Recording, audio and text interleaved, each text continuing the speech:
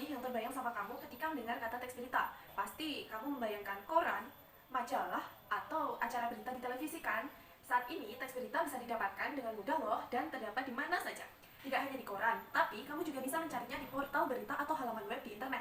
Namun, tahukah kamu apa itu sebenarnya teks berita? Lalu, apa saja yang harus ada di dalam teks berita? Kali ini, semua pertanyaan itu akan terjawab ya. Jadi, mari kita simak baik-baik penjelasannya.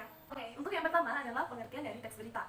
Pertama-tama, mari kita kenali pengertian dari teks berita. Teks berita merupakan teks yang berisi segala peristiwa yang terjadi di dunia. Teks berita biasanya disebarkan melalui berbagai media seperti koran, majalah, radio, televisi, internet, ataupun media lainnya. Selanjutnya adalah struktur teks berita. Nah, kenalan sama teks berita sudah. Lalu, bagaimana ya dengan strukturnya?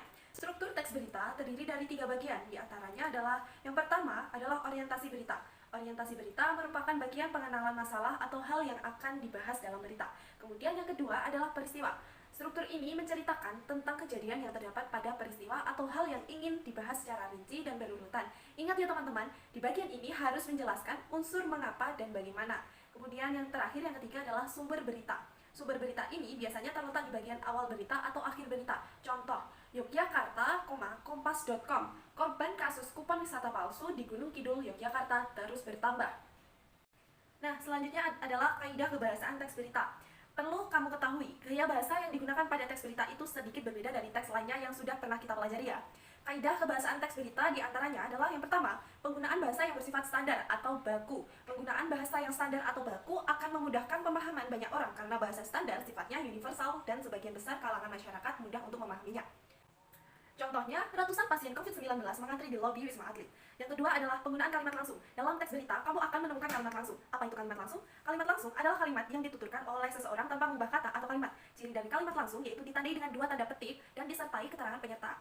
Penggunaan kalimat langsung ini terkait dengan pengutipan pernyataan-pernyataan oleh narasumber berita. Contoh, pelaku sudah kami tetapkan sebagai tersangka. Saat ini kami terus mengembangkan kasusnya, ucap Sutama. Nah, yang ketiga adalah penggunaan kata kerja mental. Kata kerja mental adalah kata kerja yang menunjukkan merespon atau sikap seseorang terhadap suatu tindakan. Kata kerja mental memiliki nama lain loh, yaitu kata verba mental. Sudah gak bingung lagi kan? Nah, contohnya, merasa tertipu, para korban lantas melaporkan ke polisi. Nah, kemudian yang keempat adalah penggunaan fungsi keterangan waktu dan tempat. Pada teks berita, sudah pasti harus ada keterangan waktu dan tempat agar berita yang disampaikan dapat dimengerti dengan jelas dan pembaca dapat mengetahui di mana dan kapan tempat terjadi hal tersebut. Oke teman-teman, itulah pengertian, struktur, dan unsur dari teks berita yang harus kamu ketahui. Berbanyaklah membaca agar semakin mudah untuk memahami sebuah teks berita ya. Nah, untuk kamu yang masih bingung, jangan khawatir. Tanyakan saja soal susah yang belum kamu pahami di ruang les online. Kamu bebas bertanya apa saja loh. Yuk download aplikasi Ruang Guru sekarang.